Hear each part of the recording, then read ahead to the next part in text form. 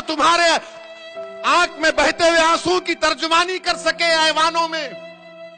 याद रखो नौजवानों, मेरे बुजुर्गों, मेरी इज्जतदार मां और बहनों, मैं जिम्मेदारी के साथ अर्ज कर रहा हूं, अगर आप ये सियासी हिकमत अमली तय नहीं करेंगे तो फिर नहीं मालूम मुस्तकबिल में क्या क्या होने वाला है। सोचो थोड़ी देर के लिए, अगर हिंदुस्तान की लोकसभा में अगर आपके 10 से 15 एमपी होते, सोचो, तस्वुर की दुनिया में आपको लेकर जा रहा हूं, अगर 10 से 15 मुस्लिम एमपी होते तो हिंदुस्तान की पार्लियामेंट में असदुद्दीन ओवैसी अकेला महसूस नहीं करता अपने आप को। मैं अकेला महसूस नहीं करता, यकीनन अकेला महसूस किया मैं।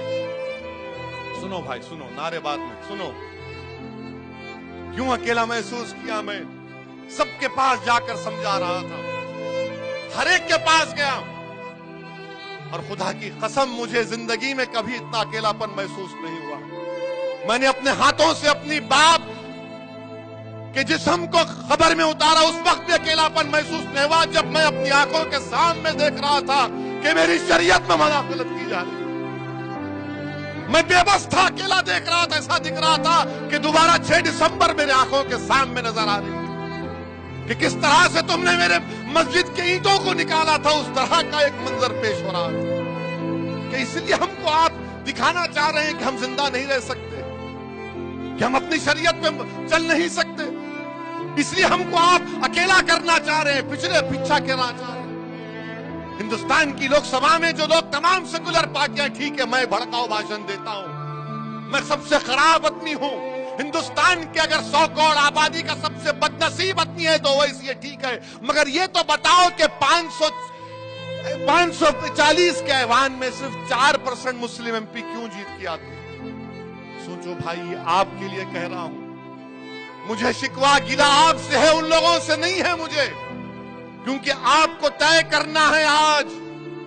अगर आज आप ये सो जाएंगे कि नहीं नहीं वो है ना, आप क्या करेंगे, मुतबादिल नहीं है हमारे पास, ठीक है हराओ मोदी को। मैं नहीं कह रहा हूं कि मत हराओ मोदी को, मैं ये नहीं कह रहा हूं आरएसएस को, बीजेपी को मत हराओ, मैं ये भी नहीं कह रहा हूं कि शिवसेना को मत हराओ, मगर क्या तुम महाराष्ट्र के असेंबली में 5-6 दीवानों को कामयाब नहीं कर सकते, जो सिर्फ तुम्हारे नाम पर पागलों की तरह तुम बोलेगा अरे उठ वारिस तो उठ जाएगा, बैठ वारिस तो बैठेगा, भाग इम्तियाज तो भागेगा तुम्हारे नाम पे। बताओ मेरे भाई, कौन है तुम्हारा फिर जिन पर आपने भरोसा किया? वो क्या किए, क्या किए? लोकसभा की उस बहस के रिकॉर्ड को खाकर पढ़ लो आप, हर एक की बहस आपके सामने है, किसी का नाम लेना नहीं चाहता, मगर सब डर रहे हैं, सब डर रहे हैं कि इलेक्शन में जीतना है, हमको हिंदू वोट नहीं मिलेगा, यही हकीकत है ना। और फिर हमसे आके बोलते, खामोशी में आके बोलेंगे देखो भाई 19 का इलेक्शन आ रहा, मोदी को हराने का, हम मोदी को नहीं डाले वोट, ना हम कभी डालेंगे इंशाअल्लाह ताला। आपने डाला मोदी को वोट, आपने कामयाब किया बीजेपी को, शिवसेना को हमने नहीं किया।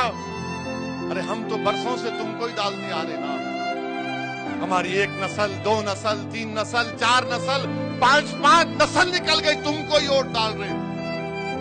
मगर जब असदुद्दीन ओवैसी खड़ा होता है तो बोलते वोट काटने के लिए आया, वोट काटने के लिए नहीं आया भाई, मैं अल्लाह गवाह है, मैं वोट काटने के लिए नहीं आया। मैं इन लोगों को करीब से जानता हूं, मैं इनको करीब से जानता हूं, जिम्मेदारी के साथ कह रहा हूं कि कुछ फर्क नहीं है इन लोगों में।